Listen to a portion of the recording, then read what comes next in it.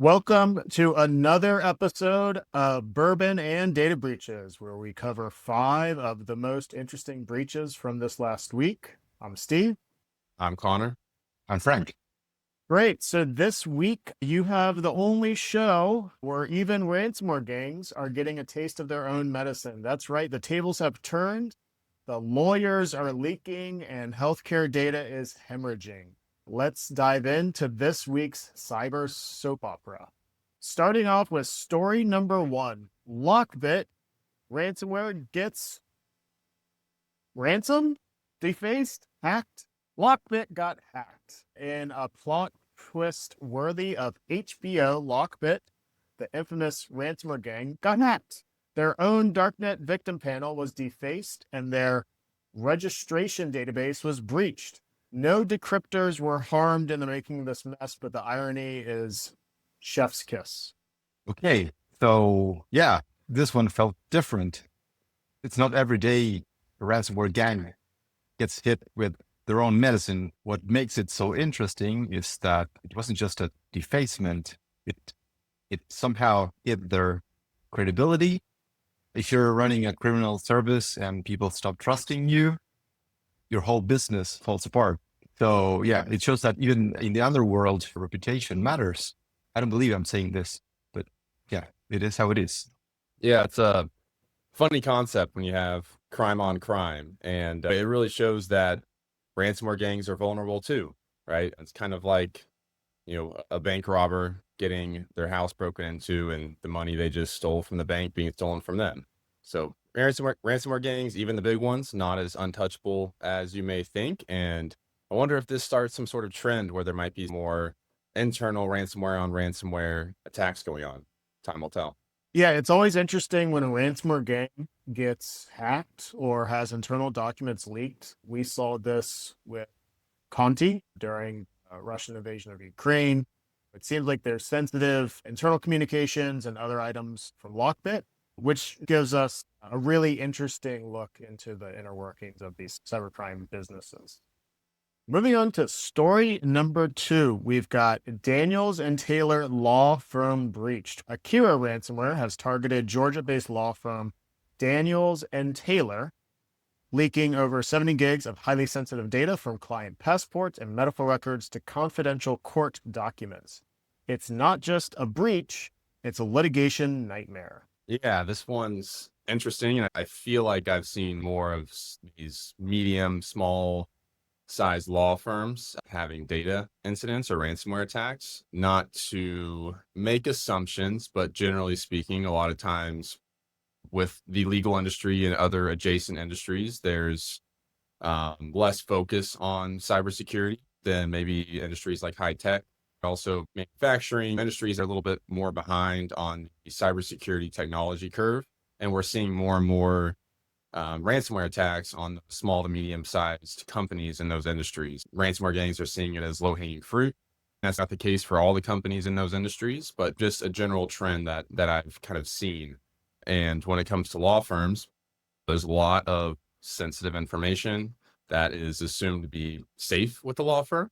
So if that data gets into the wrong hands, you're talking blackmail fraud, identity fraud, issues with legal proceedings, and also trying to find another law firm to deal with your own firm's issues as a result of these attacks.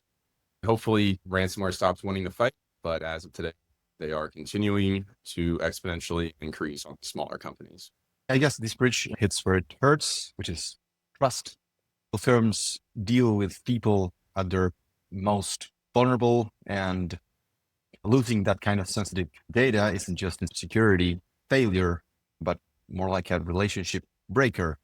If clients feel exposed, the damage goes way beyond court documents, affects real lives and reputations that took time, years to build. Moving on to story number 3, Russell Child Development Center, Medusa hits where it hurts. The Russell Child Development Center, a Kansas nonprofit for early childhood programs, got hit by Medusa ransomware. A staggering 215 gigs of data was leaked, including family support files. It's not just a cyber attack, it's attack on kids and vulnerable families. A nonprofit helping children is a new low, even for ransomware gangs. What's next? Holding puppy shelters for ransom? Come on, Medusa, take a lap. Yeah, and I'm not just saying this, but when I see these kind of attacks on nonprofits that are helping people, especially children, hospitals, any kind of service that's, life critical support, puts a pit in my stomach. I don't like to see it. This directly impacts people, as a lot of ransomware attacks do, but in a much more deep way. And you talk about honor amongst thieves. In this case, it doesn't seem to be there. But, outside of that, this is something that not only impacts vulnerable families and kids, but unsure of how much sensitive personal data could be there that's compromised. We're talking about, kids here, their social security numbers, sensitive data could impact them for the rest of their lives. And physical support could be delayed due to operational downtime as a result of this kind of attack. That's an unfortunate reality that we're having to deal with. We've seen other gangs specifically not go after hospitals and certain types of critical infrastructure, not because they are caring, but because they realize that that's going to put them at the top of Interpol's "we're going to go and find you and arrest you" list. So we see these types of events rarely. It's interesting that Medusa would do this. Maybe they are not as concerned about that, but we have seen several gangs that were broken up and arrested by Interpol. Some of those gangs were engaged in critical infrastructure attacks. The infamous ReEvil gang got broken up and arrested, even in Russia, after they went after a colonial pipeline. Not a common event, and hopefully we see far less of it. Moving on to story number 4, RAND technology when silicon chips hit the fan. Global semiconductor distributor RAND technology got owned by Play News ransomware, with leaked data including client files, payroll, tax records, and accounting documents. In short, if you've ever bought tech hardware, there's a chance that you're in there. Yeah. With a semiconductor distributor, as we all know these days, semiconductors power just about everything, right? From the smallest technology to the most advanced technology, phones to fighter jets, whatever it may be. And the supplier's private info is floating around. That gives a large visibility into the global supply chain that semiconductors are involved in, which again is pretty much all technology. So time is yet to tell if there will be ancillary impacts from this particular attack, the information that the ransomware gang is seeing as a result of the data they've exfiltrated.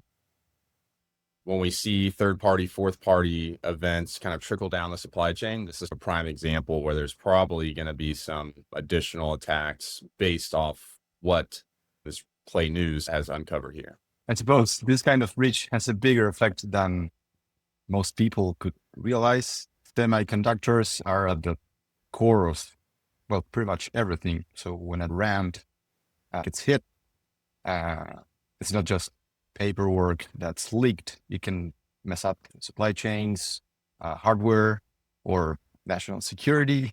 It sounds like one of those quiet breaches with really loud consequences. It's story number 5, Ascension breach fallout, the long tail of healthcare. Ascension, one of the largest private healthcare systems in the U.S., disclosed fallout from a 2024 partner breach. Patient records, including medical and personal information, were stolen. The breach is technically resolved, but the cleanup is just getting started.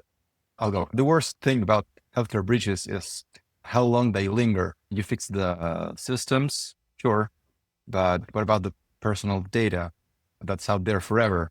And with a name as big as Ascension, this isn't just cleanup, it's a slow burn with patients possibly facing consequences months or even years down the line.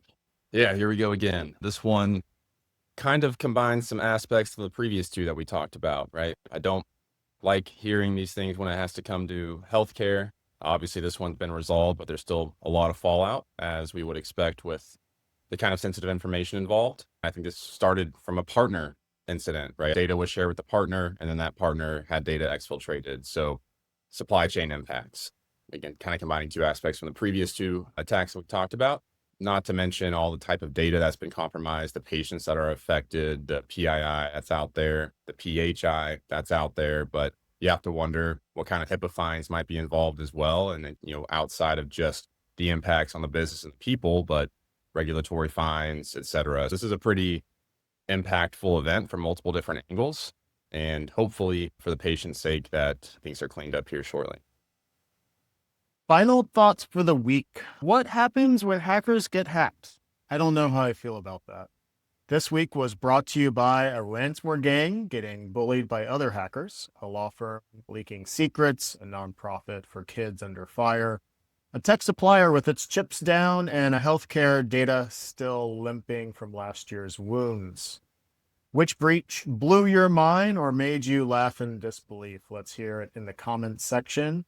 And remember, if even LockBit can get hacked, you really need to change your passwords more often.